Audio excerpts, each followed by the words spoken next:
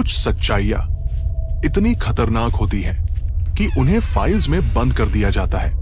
दुनिया भूल जाती है, लेकिन हम वो फाइल्स खोलते हैं जो कोई खोलने से डरता है, दहशत की फाइल्स। सो मत जाना, फाइल अभी खुली है। पुणे के बीचों बीच एक किला खड़ा है, जला हुआ, खाली, टूटा हुआ। लेकिन हर पूर्णिमा की रात उसकी दीवारों के पीछे से एक आवाज आती है, एक बच्चे की चीख। वो चीख जो 250 साल पहले भी सुनी गई थी और कहते हैं आज भी सुनाई देती है। ये कहानी किसी ने लिखी नहीं है, ये कहानी इतिहास ने दर्ज की है। पुणे, महाराष्ट्र का दिल, एक शहर जो आज अपनी आईटी कंपनियों के लिए जाना जाता है, अपने कॉलेजों के लिए, अपनी ट्रैफिक भरी सड़कों के लिए। लेकिन इस शहर के ठीक बीच में शनिवार पेट इलाके में एक जगह ऐसी है जहां रात को कोई अकेला खड़ा नहीं होना चाहता। शनिवार वाड़ा। बाहर से देखो तो बस एक पुराना किला है, एक विशाल दरवाजा, भारी लकड़ी के पल्ले जिन पर लोहे की नुकीली कीलें लगी हैं, हाथियों से बचाव के लिए। दीवारें ऊंची हैं, मोटी हैं, और अंदर बस जली हुई नींवें हैं, खाली जमीन, टूटे हुए चबूतरे, कुछ सीढ़ियां जो ऊपर जाती है। लेकिन ऊपर अब कुछ नहीं है, सब जल चुका है। दिन में यहां टूरिस्ट आते हैं, गाइड बताते हैं, बच्चे भागते हैं, लोग सेल्फी लेते हैं। लेकिन शाम को जब किला बंद होता है, जब अंधेरा दीवारों पर उतरता है, तब यहां कुछ बदलता है। स्थानीय लोग बताते हैं कि रात को इस किले के पास से गुजरना अलग है। एक अजीब सा भारीपन है, हवा में कुछ है, कोई समझा नहीं सकता, लेकिन हर कोई महसूस करता है। और पूर्णिमा की रात तो ये किला जैसे जाग जाता है। इस बात को समझने के लिए हमें वापस जाना होगा, बहुत पीछे, करीब 250 साल, 18वीं सदी। मराठा साम्राज्य अपने चरम पर है। छत्रपति शिवाजी महाराज ने जो सपना देखा था, उसे उनके बाद पेशवाओं ने आगे बढ़ाया। पेशवा यानी प्रधानमंत्री। शुरू में ये पद सलाहकार का था, लेकिन धीरे धीरे पेशवा ही असली शासक बन गए। और उनकी राजधानी थी पुणे, उनका निवास था शनिवार वाड़ा। 1732 में पेशवा बाजीराव प्रथम ने इस किले की नींव रखी थी। तब ये सिर्फ एक किला नहीं था, ये एक महल था। 7 मंजिला, भव्य दरबार, लकड़ी की नक्काशीदार छतें, चंदन और सागवान की दीवारें, फारसी शैली के बगीचे, फव्वारे, संगमरमर के फर्श, कमरों में झूमर, दालानों में दीपक। एक पूरी दुनिया बसती थी इन दीवारों के अंदर। लेकिन जितना ये महल बाहर से शानदार था, उतना ही अंदर से खूनी। पेशवा परिवार का इतिहास सत्ता के लिए संघर्ष से भरा है।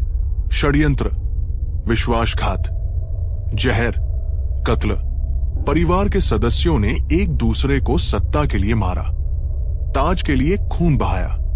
और इन सब में सबसे दर्दनाक, सबसे भयावह, सबसे अक्षम्य जो घटना हुई, वो 1773 में हुई। पेशवा नारायण राव की हत्या। नारायण राव, उम्र लगभग 17-18 साल, कुछ इतिहासकार कहते हैं 19।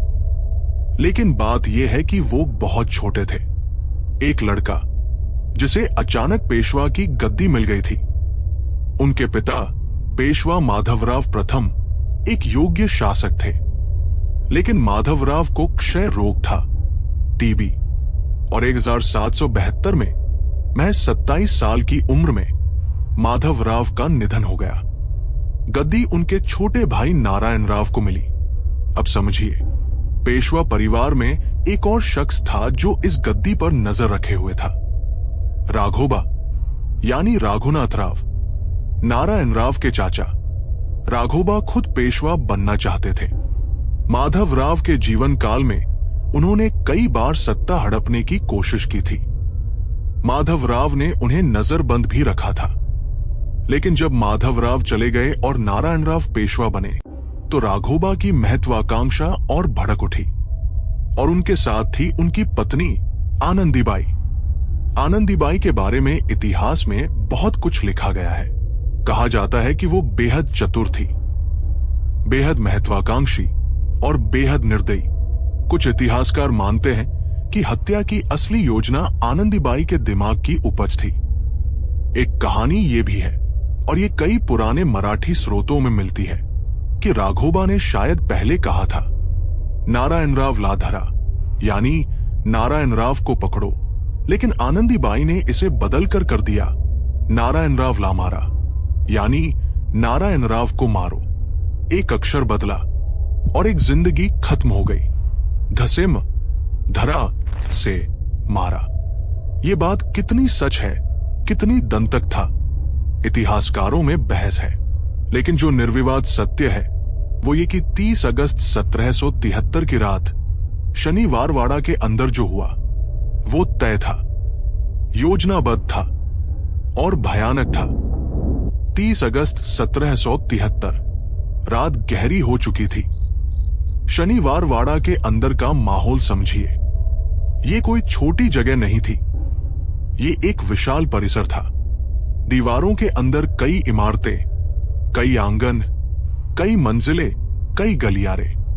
रात को यहां मशालें जलती थी, दीपक रखे जाते थे, पहरेदार तैनात रहते थे, लेकिन इतने बड़े किले में अंधेरे कोने बहुत थे। ऐसे गलियारे जहां रोशनी नहीं पहुंचती थी, ऐसी सीढ़ियां जो ऊपर से नीचे तक सन्नाटे में डूबी रहती थी। उस रात किले के गार्ड्स, जिन्हें इतिहास में गार्दी के सिपाही कहा गया है, उन्हें आदेश मिला। ये गार्दी सिपाही किले की सुरक्षा में तैनात थे, लेकिन उस रात उन्हें सुरक्षा का नहीं, हत्या का आदेश था। कहा जाता है कि नारायणराव अपने कक्ष में थे। रात के उस पहर में जब पूरा किला सो रहा था, अचानक उन्हें आहट सुनाई दी। जरा सोचिए, आप एक 17-18 साल के लड़के हैं, आप एक विशाल किले में अकेले हैं, और अचानक आपको लगता है कि बाहर कुछ हो रहा है। आप दरवाजा खोलते हैं और सामने हथियारबंद सिपाही हैं। नारायणराव भागे। एक लड़का जिसे समझ नहीं आ रहा कि क्या हो रहा है, किले के गलियारों में भागा। अंधेरे गलियारों में, मशालों की हिलती रोशनी में, पीछे पैरों की आवाज, तलवारों की खनक।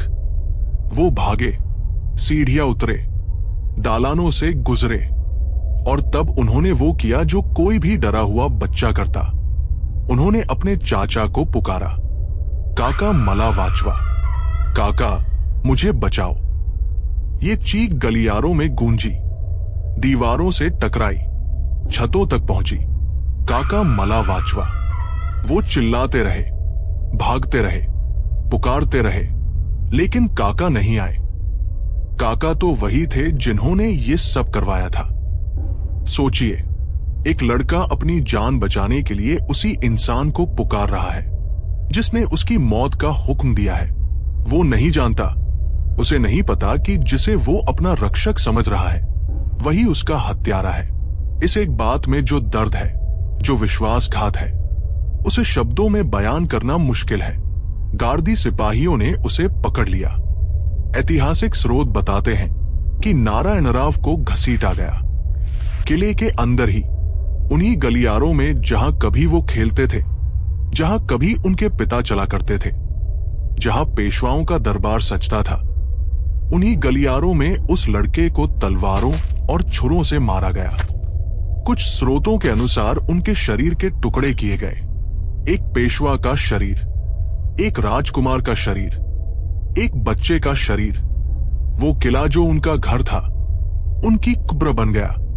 जरा ठहरिए, इस पूरी घटना में एक बात है जो मुझे सबसे ज्यादा परेशान करती है। वो चीख, वो आखिरी चीख, काका मला वाचवा। ये चीख सिर्फ मदद की गुहार नहीं थी, ये भरोसे की चीख थी। ये एक बच्चे का अपने परिवार पर विश्वास था।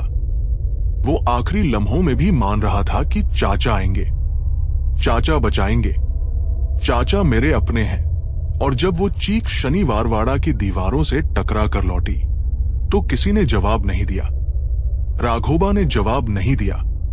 कहते हैं वो उस वक्त किले में ही थे। सुना होगा उन्होंने, जरूर सुना होगा।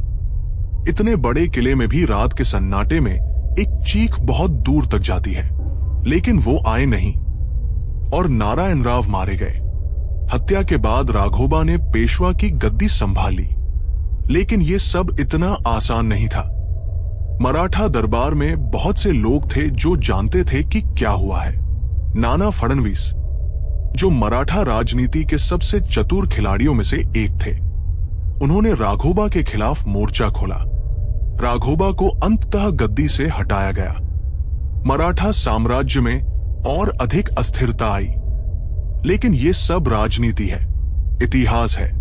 इसे किताबों में पढ़ा जा सकता है। जो बात किताबों में कम लिखी गई, लेकिन पुणे की गलियों में, पेठों में, बुजुर्गों की जुबान पर सदियों से जिंदा है, वो बात अलग है। और वो बात यह है कि नारायण राव की चीख कभी बंद नहीं हुई। शनिवारवाड़ा में 1828 में एक भीषण आग लगी। ये आग इतनी भयंकर थी कि पूरे 7 मंजिला महल को तबाह कर गई। लकड़ी की छतें, नक्काशीदार दीवारें, दरबार, कक्ष सब जलकर राख हो गया।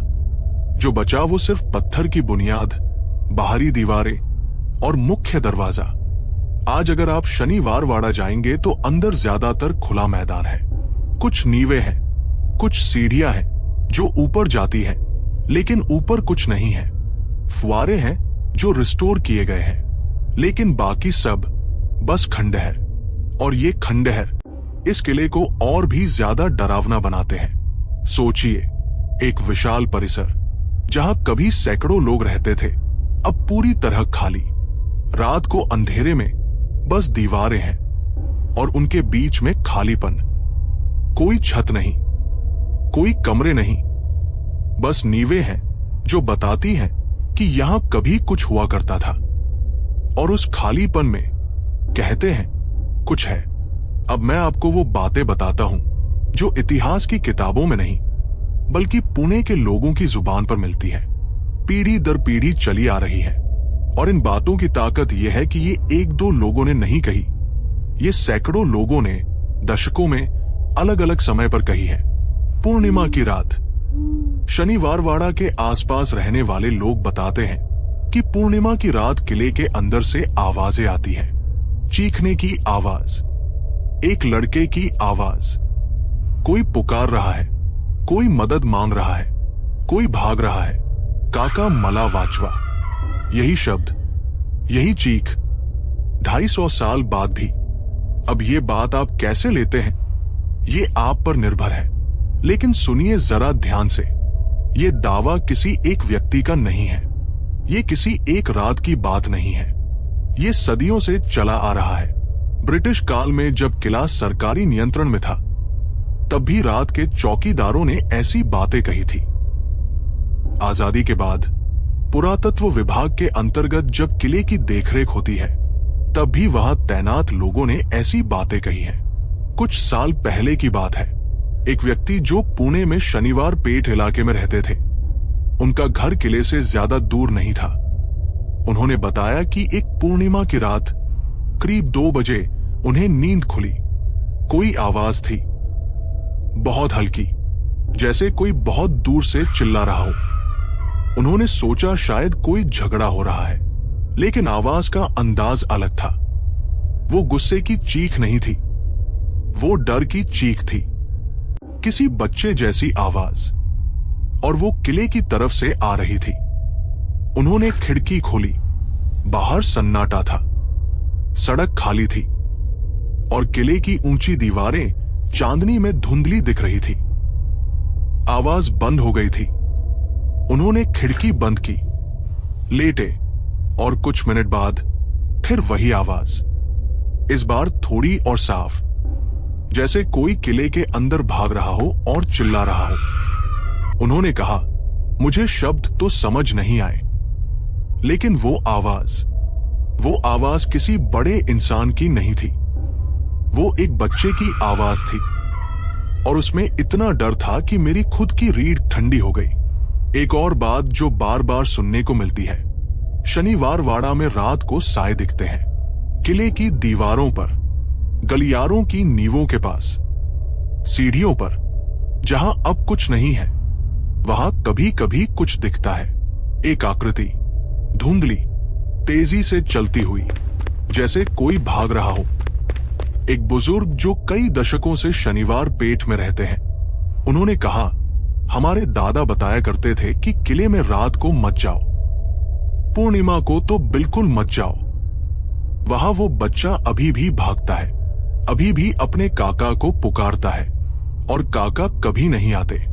ये बात उन्होंने ऐसे कही जैसे कोई बहुत सामान्य बात बता रहे हों, जैसे ये उनके लिए कोई अफवाह नहीं, बल्कि एक सच्चाई है जिसके साथ वो और उनका पूरा मोहल्ला दशकों से जी रहा है। कुछ और किस्से हैं जो मुझे अलग अलग स्रोतों से मिले। इन्हें मैं वैसे ही बता रहा हूं जैसे मुझे बताए गए, बिना कुछ जोड़े, बिना कुछ घटाए। एक किस्सा है एक रात के चौकीदार का।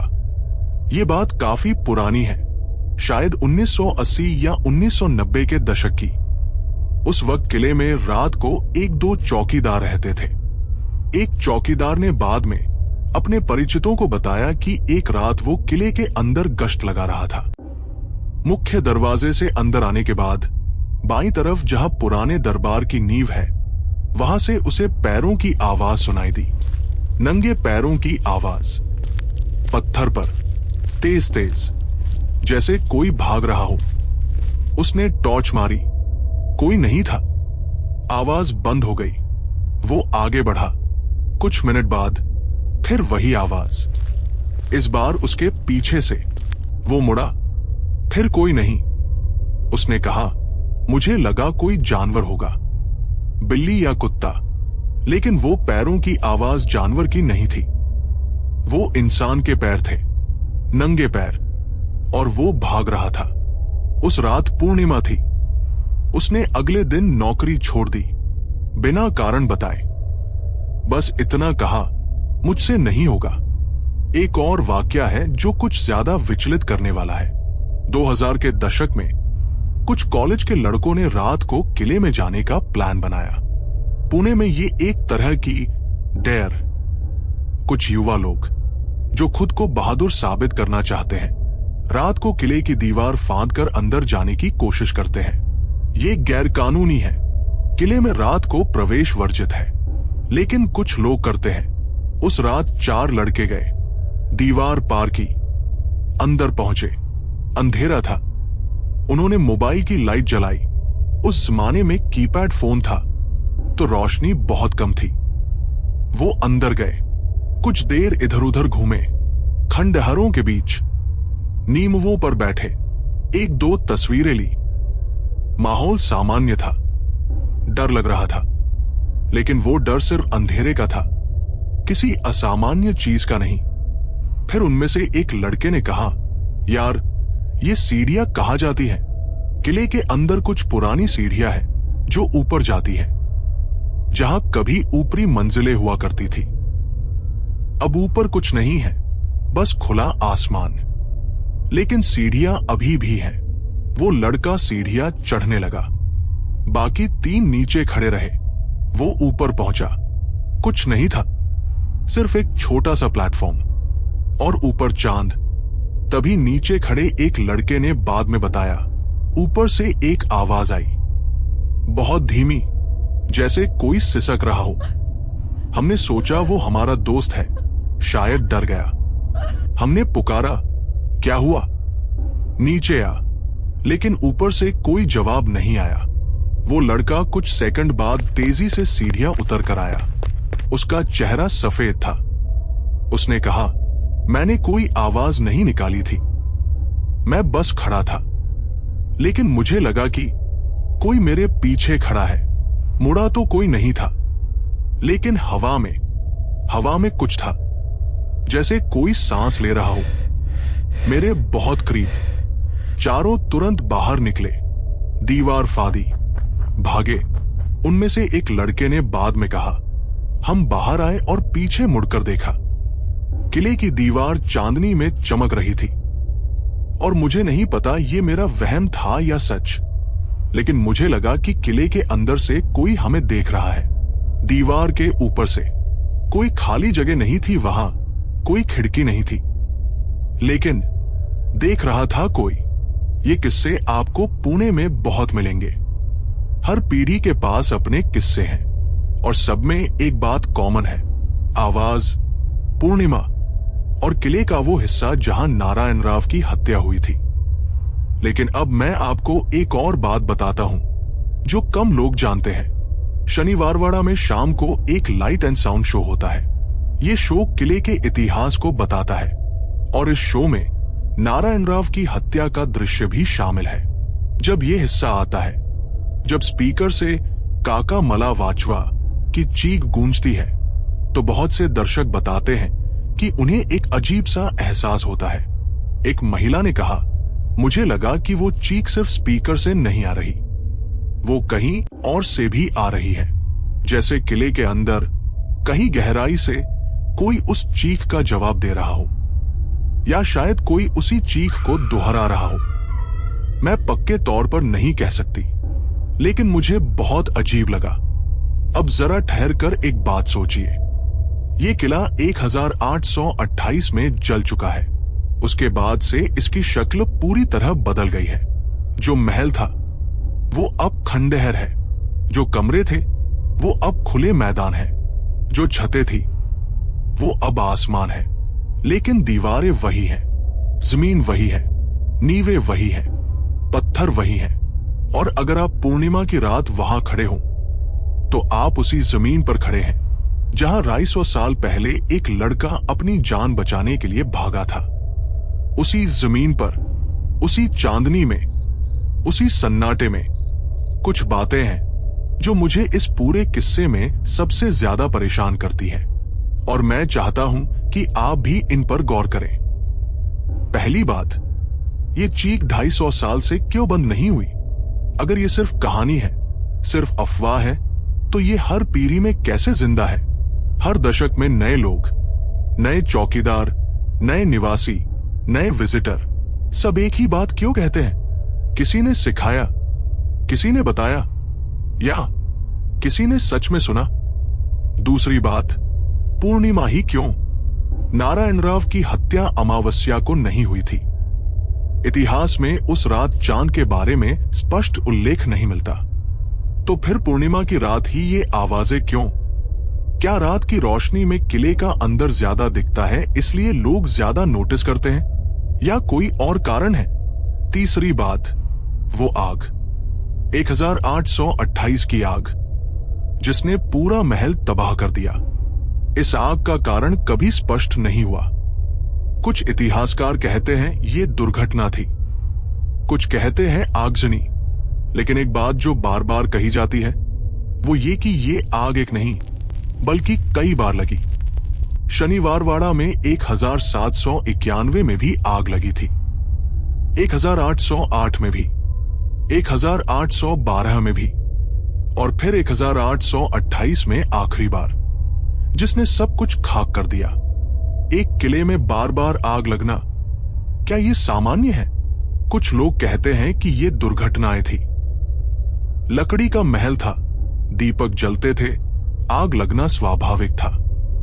और कुछ लोग कहते हैं वो किला खुद को जला रहा था, जैसे वो मिटना चाहता था, जैसे उसकी दीवारें वो याद नहीं रखना चाहती थी जो उन्होंने देखा था।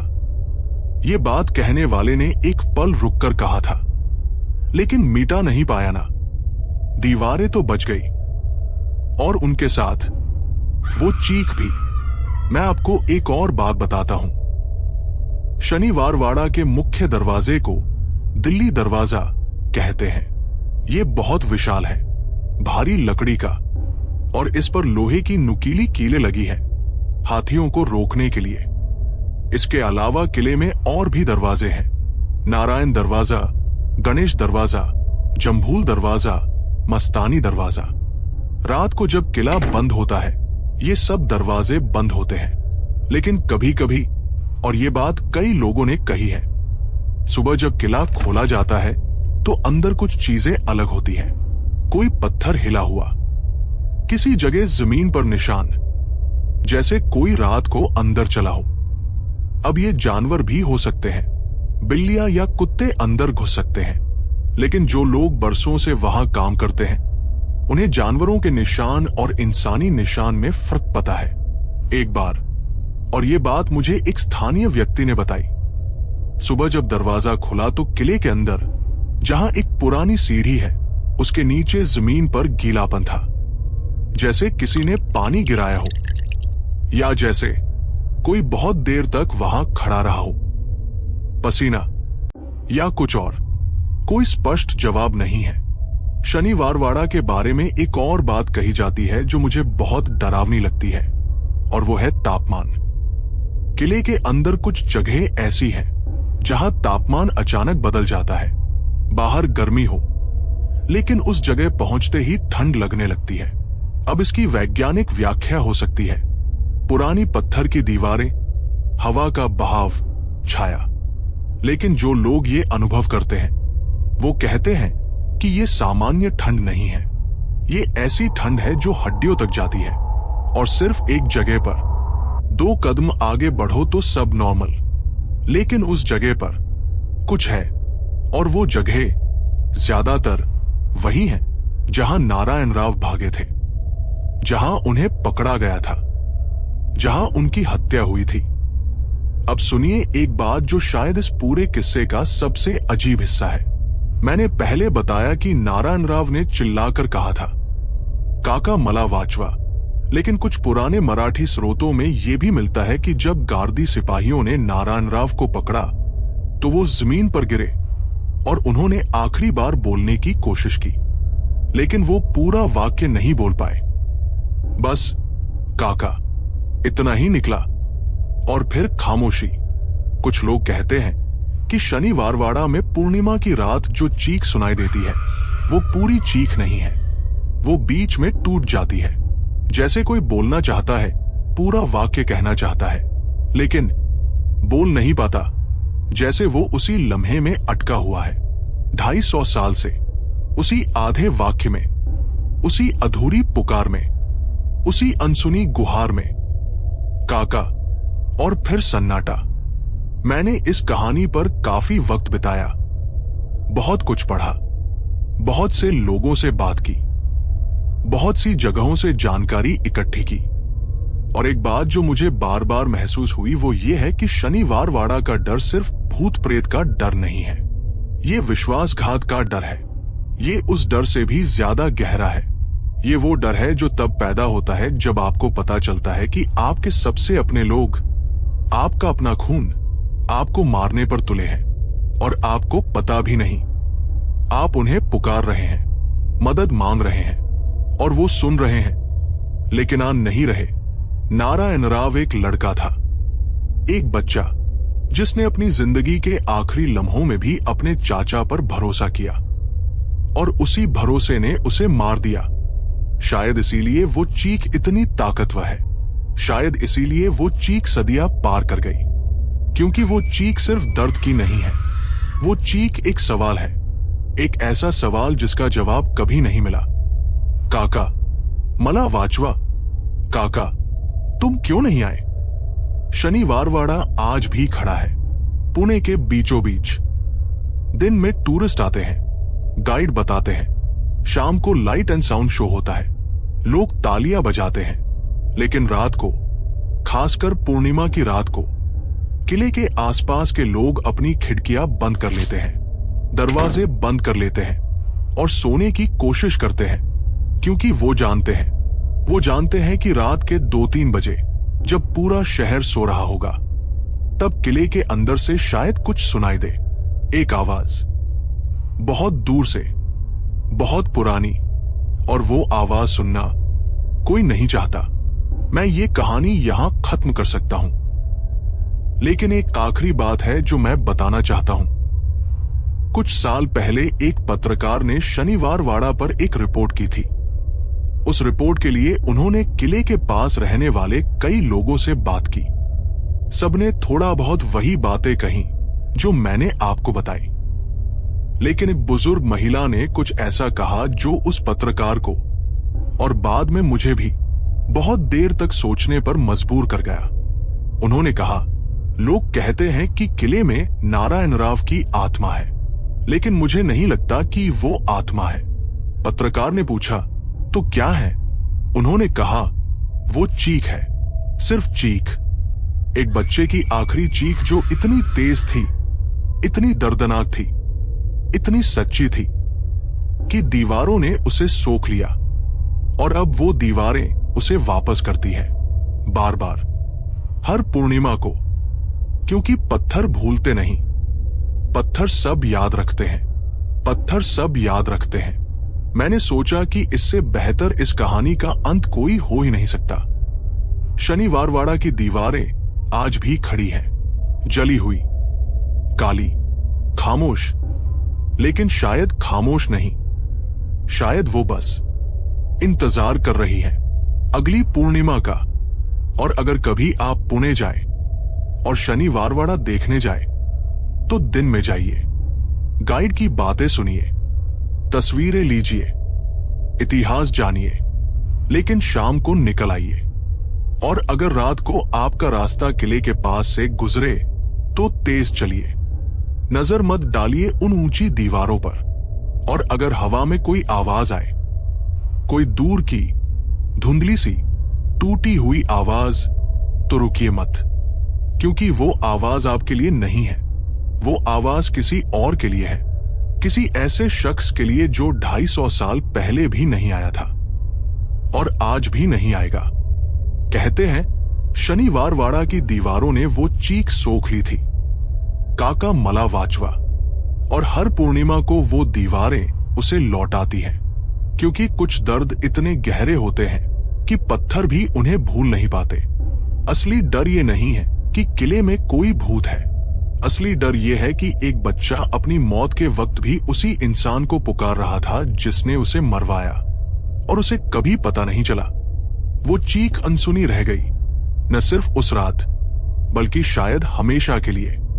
और अगर वो आवाज सच में गूंजती है तो इसका मतलब यह है कि वो लड़का अभी भी इंतजार कर रहा है, उस बचाव का जो कभी आने वाला नहीं।